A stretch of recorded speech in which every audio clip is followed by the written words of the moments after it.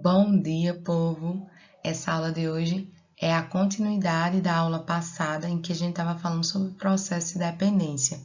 A independência do Brasil não aconteceu do dia para a noite. Ocorreu várias coisas para que isso acontecesse. E na aula passada a gente estava falando sobre o Dom Pedro, né? Falando que se era para o bem geral da nação, ele ficava aqui, chateando várias autoridades portuguesas.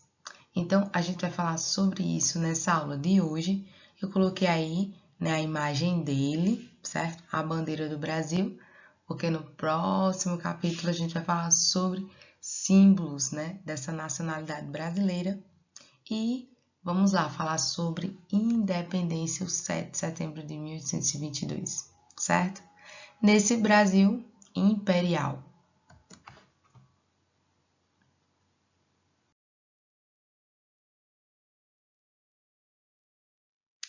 Aí, povo, eu tô aqui na página 340 do módulo 2 de História e 341. Por favor, abre seu livro aí para acompanhar essa aula, que é muito importante, até porque é assunto, né, da nossa avaliação global.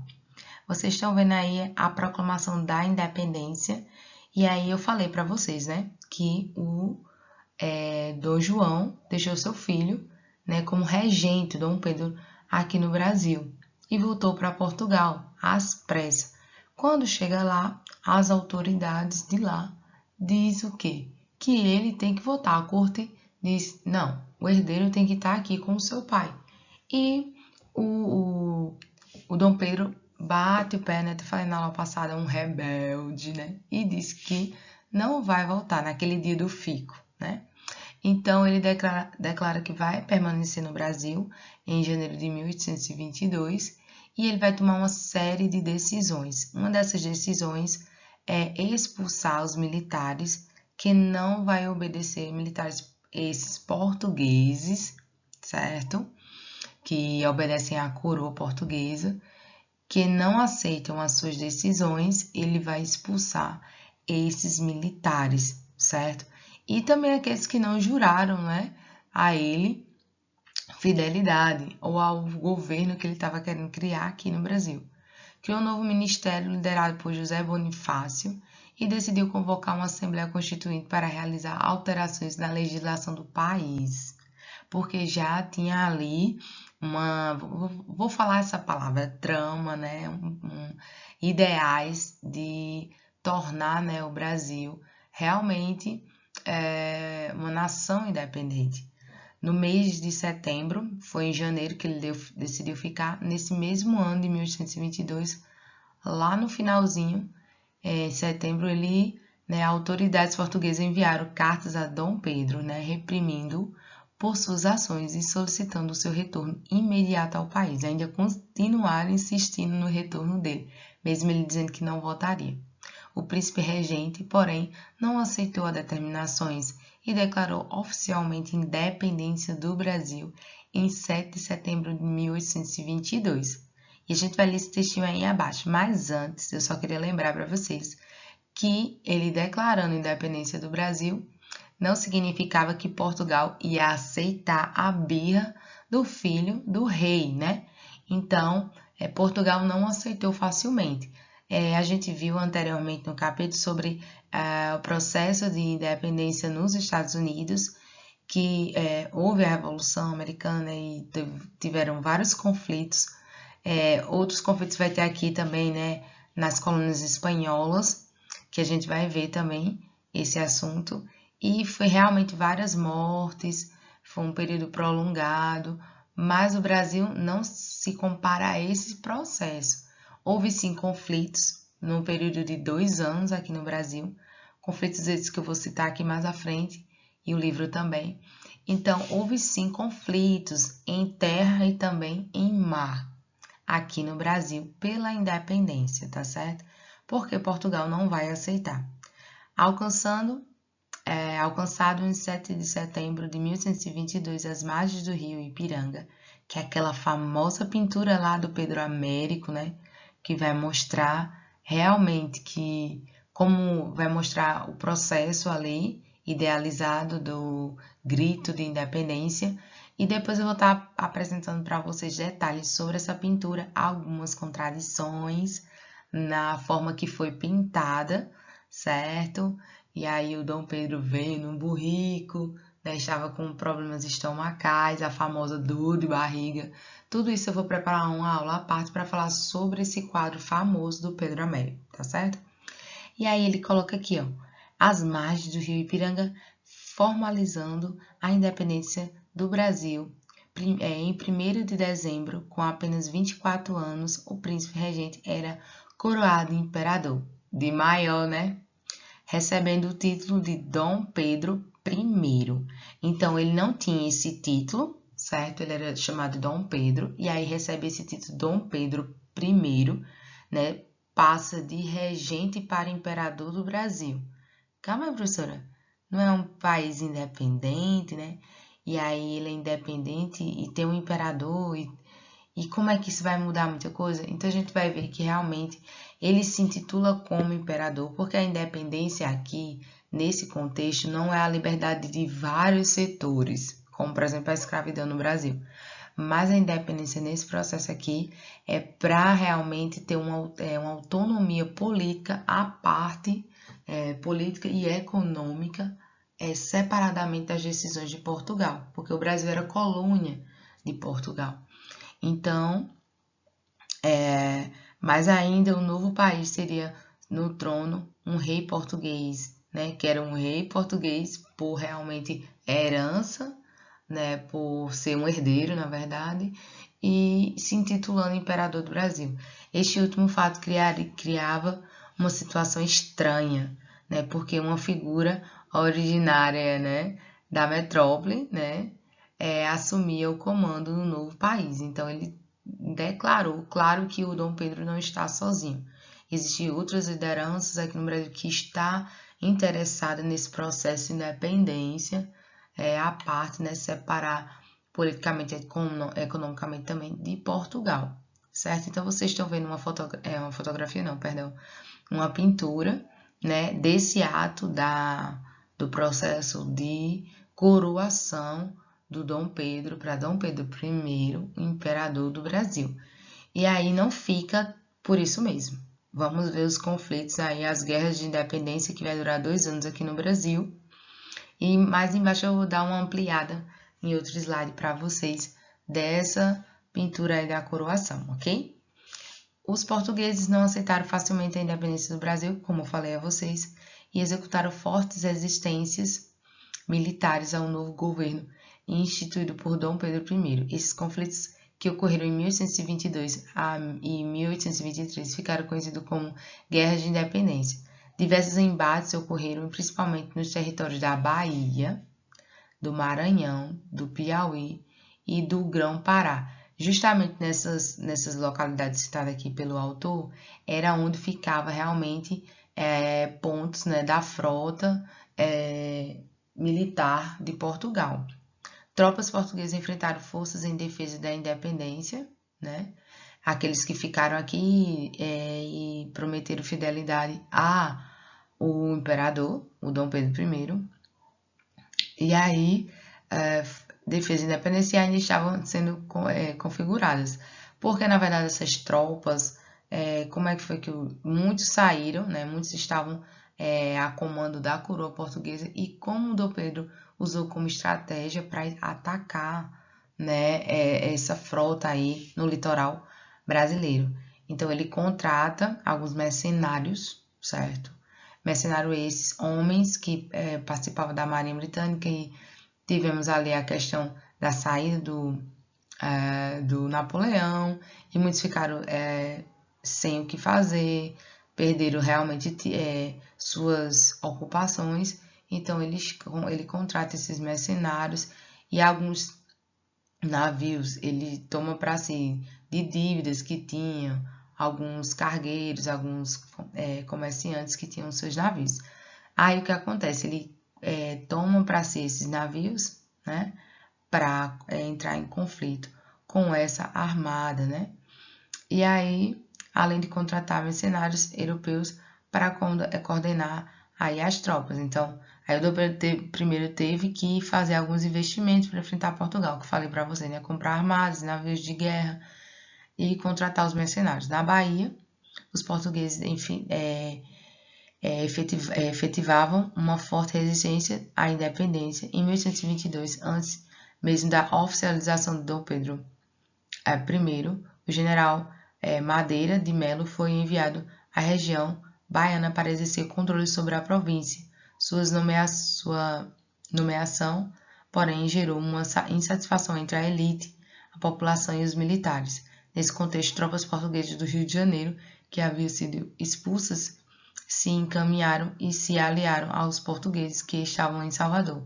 Em 1823, as tropas de Portugal ainda estavam contra a recém-formadas tropas de Dom Pedro I. No dia 2 de julho daquele mesmo ano, né, após desgaste de combates, os portugueses foram sitiados e ficaram sem recursos.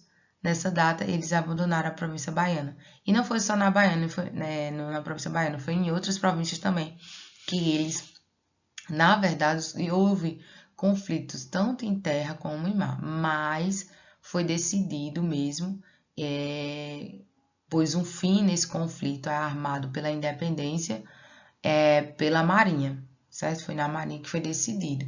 Aí, olha, eu coloquei aqui para vocês estão vendo a independência ou morte, né? Não foi bem assim, né? Como está aí pintado no quadro de Pedro Américo, esse é o famoso quadro, né? Há o grito no rio Ipiranga, às margens, né? Independência ou morte. E aí vai ficar a deixa para vocês para a próxima aula de história. A gente está falando só sobre esse quadro aí, as contradições que existem históricas sobre este quadro. E aí, como eu disse a vocês, no litoral, aí temos a posição no Pará, Maranhão, Bahia e Montevidéu. Montevidéu, sim.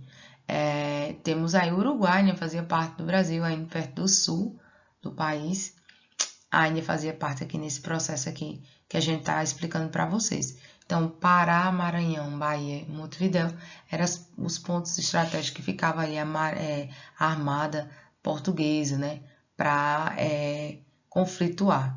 Então, eles resistiram, né, aqueles que estavam ao lado de Dom Pedro, aqueles também os mercenários contratados, e conseguiram realmente decidir esse ganho. Aí eu coloquei aqui para vocês, ó, província Cisplatina, que a gente vai perder, vocês vão ver como é que a gente perde, né, o Uruguai, perde esse território que pertencia ao Brasil, certo?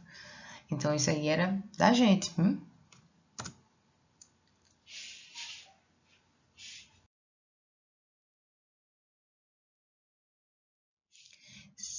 Sim, outra coisa, um detalhe bem importante que eu trouxe para vocês é que é uma curiosidade, durante lá o conflito pela independência, temos uma figura, né, a Maria Quitéria, que vai se disfarçar de homem, né, para lutar pela independência do Brasil lá na Bahia, um conflito lá na Bahia, porque tiveram vários conflitos, e a Maria Quitéria lá na Bahia, né, Maria Quitéria de Jesus Medeiros vai se vestir, né, se disfarçar de soldado para poder participar do conflito e defender. Então, filha de fazendeiros portugueses, nasceu em Feira de Santana, na Bahia. Em 1792, ela se tornou a heroína mais respeitada de toda a Guerra da Independência quando, vestida de homem e usando o nome do cunhado José Cordeiro de Medeiros, lutou com valentia na saga baiana para derrotar os colonizadores portugueses e consolidar a independência do Brasil. Maria Quitéria saiu de casa para lutar no batalhão dos Periquitos, né, comandado pelo avô do poeta Castro Alves. Seus pais, embora portugueses, a estimularam e a apoiaram em seus objetivos e patriotismo. Sua valentia, já existia esse sentimento de nacionalidade, né? Já começava a ser construído no nosso país. Sua valentia e destemor puderam ser confirmados por seus companheiros, entre outros, nas importantes batalhas de Itapuã e Pirajá. Na primeira, por exemplo, Maria Quitéria, ou Soldado Medeiros, como era conhecida, invadiu sozinha uma trincheira, sozinha, detalhe, inimiga, e acabou levando 2 prisioneiros para o acampamento. Descoberta sua verdadeira identidade, Maria Quitéria recebeu como prêmio a promoção ao posto de primeira cadete, e também o Dom Pedro condecorou ela, certo? Recebeu também o título de Cavaleiro da Ordem Imperial do Cruzeiro do Sul. E aí a Maria Quitéria vai ser, destacar nesse processo uma mulher com valentia, que já tinha esse sentimento de defender a sua pátria, né? Um país que ainda nem tinha realmente símbolos tão fortes quanto a bandeira do Brasil, né? Que ainda não tinham sido idealizados. Mas um detalhe bem interessante, para ela foi criado um fardamento específico. Esse é um fardamento feminino, vocês estão vendo aí, os homens não usavam esse fardamento. Esse saiote parece um vestido, ela tá com calça e uma saia, né? Vocês estão vendo. E essa saia aí foi colocada, né, como um adereço aí para identificar que ela é uma figura feminina, né? E esse uniforme aí foi adaptado justamente só para ela, né? Então ela foi descoberta, parece coisa de filme, né? Mas aconteceu sim aqui no Brasil. Esse sentimento de defender a pátria tomou a Maria Quitéria, que foi lá valentemente e defendeu o povo brasileiro, que ainda nem imaginaria o tamanho e a força que essa nação teria no futuro, certo?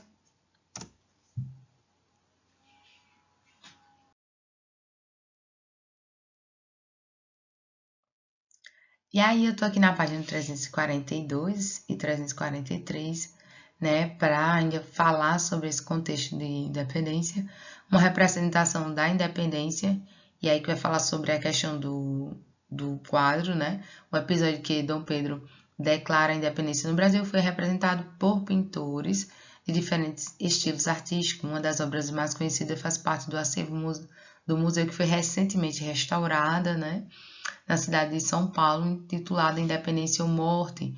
O quadro, né, foi pintado em 1888, no ano da libertação dos escravos, né, pelo artista paraibano Pedro Américo. Detalhe, paraibano. Pedro Américo tinha formação acadêmica, tendo desenvolvido estudos na Academia Imperial de Belas Artes em Paris.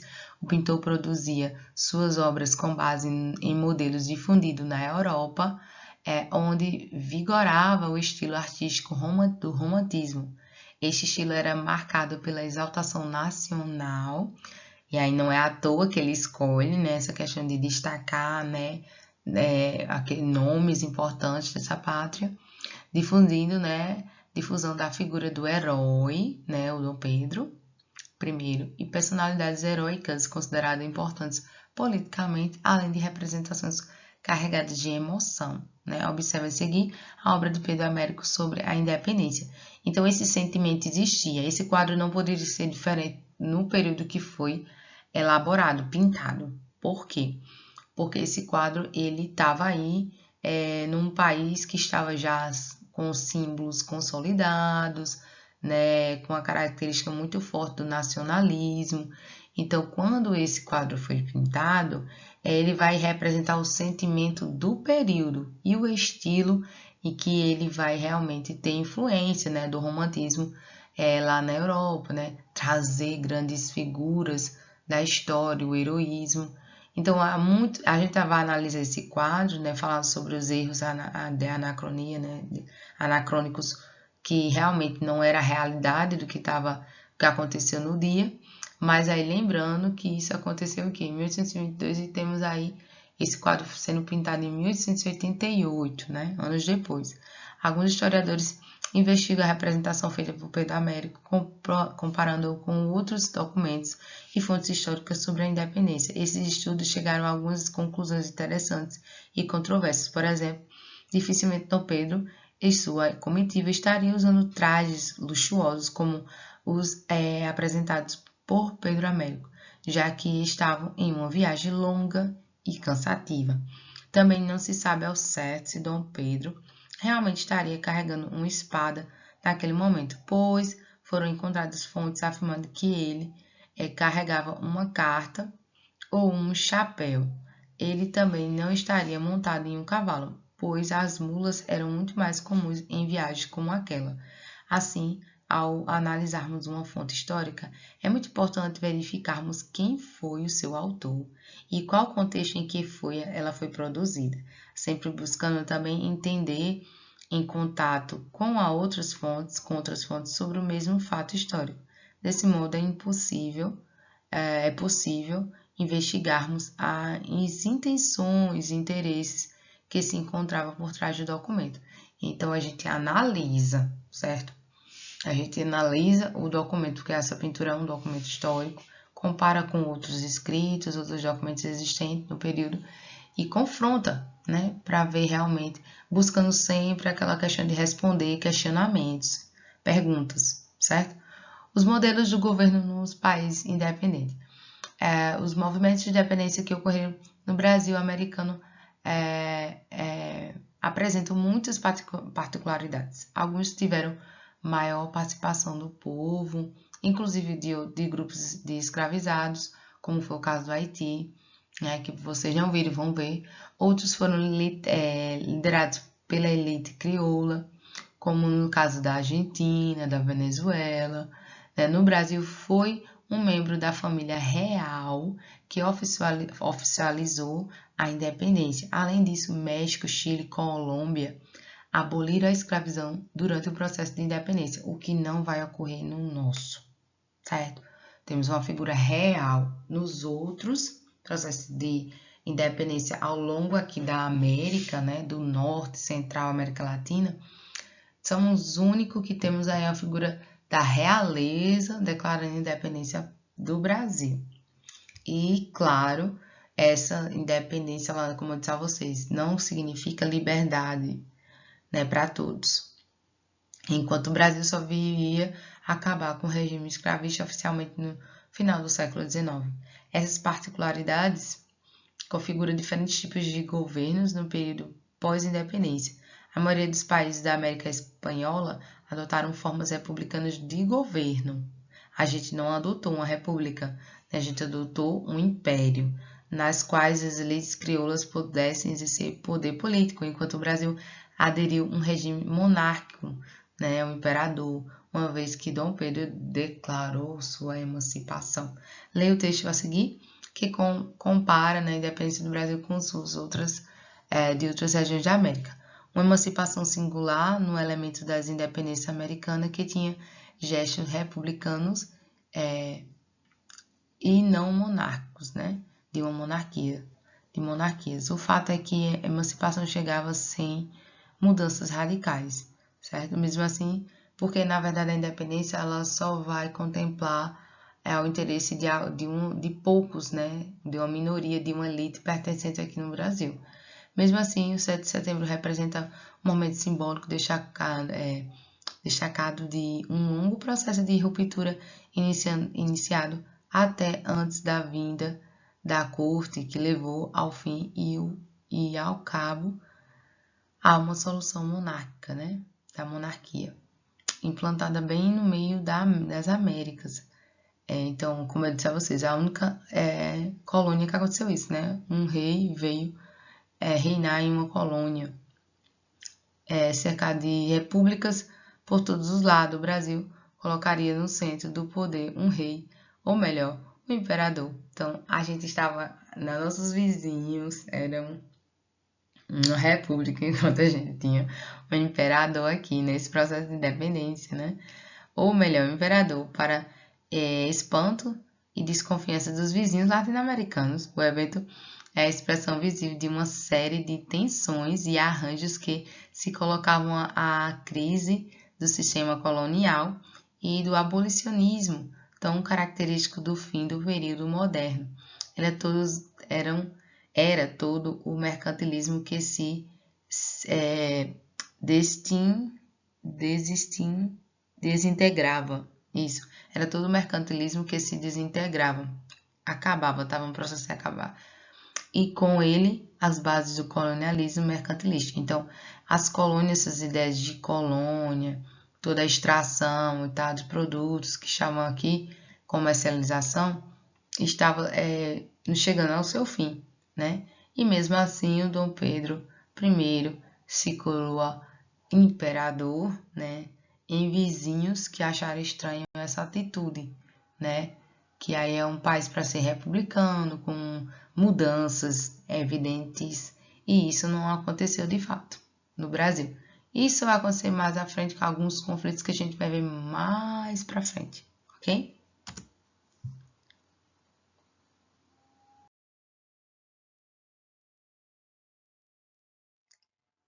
E aí, como falei para vocês, pessoal, o Brasil vai decidir a batalha, né, no dia 4 de maio de 1823, né, pela Marinha do Brasil, vai conseguir, né, botar fim àquelas batalhas, né, que Portugal criou aquela situação para conter a atitude do filho do imperador.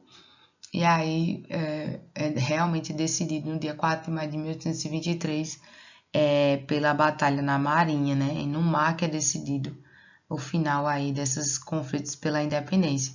Aí no dia 29 de agosto de 1825, certo? Em 23 ele consegue, em 1825 ele assina, né, um tratado de amizade e aliança com Portugal, certo?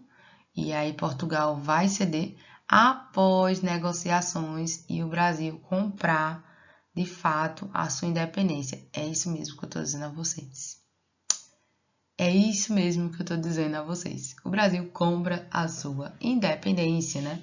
Para Portugal reconhecer o Brasil quanto uma nação independente, é pago, né, em libras esterlinas, valor, né, emprestado pela Inglaterra para que o Brasil compre a sua independência, pague, né, uma indenização a Portugal, que se sente lesionado por perder uma colônia tão lucrativa. Então, com esse pagamento feito a Portugal, é assinado esse tratado, né, no dia 29 de agosto de 1825, dizendo aí que agora o Brasil, ele reconhece o Brasil quanto nação, quanto livre, né, agora para atuar independentemente. Compramos a nossa independência. Depois de alguns conflitos em mar, em terra, ainda tivemos que indenizar Portugal. E vocês estão vendo aí, olha, essa aí é uma outra pintura, certo? O Brasil independente, que eu questionei, mas continua um império. O Brasil é independente, mas continua um império. Não assume um governo republicano, mas sim a figura de um imperador.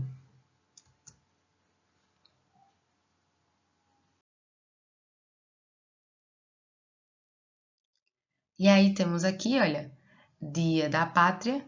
Na verdade, o dia que era comemorado a independência do Brasil era no dia 12 de outubro, certo? Aí, em homenagem ao Dom Pedro I e tal, mas aí foi repensada essa data, né? Porque não queria vincular o processo mais à frente, não vai querer vincular o processo de independência à figura de um homem, mas sim da nação. Então deixou de ser usado depois do reinado de Dom Pedro, que o Dom Pedro vai sair de cena, tá? Para termos uma data desvinculada de um indivíduo. Então, quando ele sai de cena, né? Porque vai acabar esse período imperial e vai nascer a República, né? Que é proclamada a República no Brasil. O que é que vai acontecer? Vai mudar a data para o dia 7 de setembro, certo? Então, justamente quando começa a criar aquelas questões de símbolo, bandeira, hino nacional, tudo aí é repensado algumas questões do Brasil. E é repensada essa data também. Então, a gente não teria o feriado do dia 7 de setembro no dia 7 de setembro, seria no dia 12 de outubro.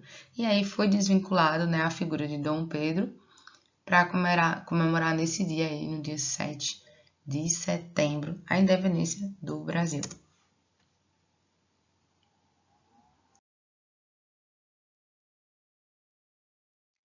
E aqui, por fim, né, na página 346, povos indígenas e africanos escravizados.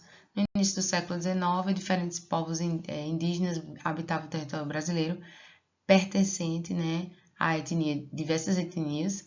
Esses povos se organizavam de acordo com os seus costumes, tradições. Existiam aldeias que viviam de um modo completamente isolado, né, de contato com os colonos, praticavam livremente suas culturas, contudo, com a expansão territorial, muitos desses povos foram submetidos a domínio dos colonos. Para a coroa portuguesa, os indígenas, de modo geral, eram considerados inferiores e deveriam se submeter às autoridades do governo. No final do período colonial, essa submissão consistiria em um fornecimento de mão de obra e incorporação das terras indígenas ao território oficial brasileiro. Desde as reformas pombalinas, no século XVIII, a escravidão indígena institucionalmente, é isso mesmo que está pequenininho para mim, institucionalmente encontrava-se em declínio, mas o uso da mão de obra em condições injustas ainda era praticada por grandes proprietários de terra que exploravam o aldeamento indígena.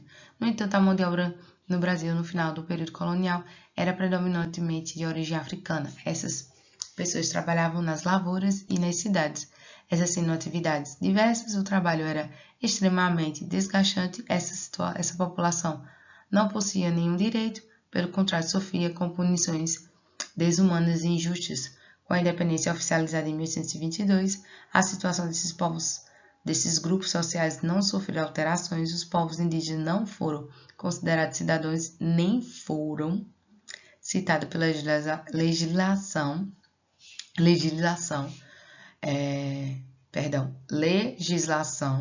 do Brasil independente.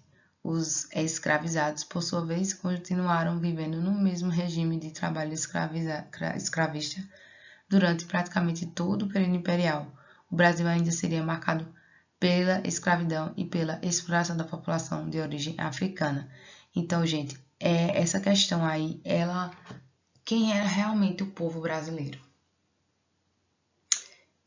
Eram os descendentes de portugueses que nasceram aqui, né, que eram brasileiros, porque nasceram aqui, e os pais vieram, como a da Maria Quitéria, né, que os pais eram portugueses, e aí ela nasceu aqui e era considerada brasileira, mas esses eram os brasileiros, né, não eram os povos indígenas, ou os africanos que trabalhavam aqui nessa terra, vieram muito esforçados para essa terra. Eles também não deveriam ser considerados brasileiros? Então, essa questão desse processo de independência, ela não vai valorizar os realmente moradores em sua totalidade que viviam aqui no Brasil. Esse processo de independência vai ser injusto, certo? Então, na próxima aula a gente vai discutir essa questão aí, semana que vem, depois das provas a gente vai discutir sobre a página 347. Tem atividades que vocês vão ter que fazer para finalizar esse capítulo, né, que a gente está estudando, ok? Então, assim, termina de assistir o vídeo, já começa a fazer as atividades referentes que eu vou colocar no grupo para vocês. E como vocês podem ver, olha, o imperador, né? Imperador brasileiro, mas a escravidão continua. Então, esse processo só privilegiou realmente a elite, né? Elite portuguesa que estava aqui, ou brasileiros que nasceram aqui, né?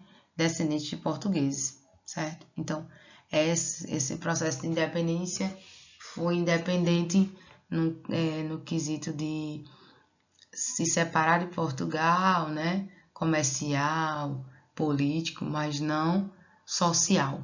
Não houve independência no processo social brasileiro, certo, gente? Esse é o fim da nossa aula, né? A gente vai até aqui e vocês vão fazer as atividades referentes as páginas que eu vou colocar lá no grupo para finalizar esse capítulo, porque é ele que vai cair na prova de história, ok? Tchau, tchau, até a próxima aula.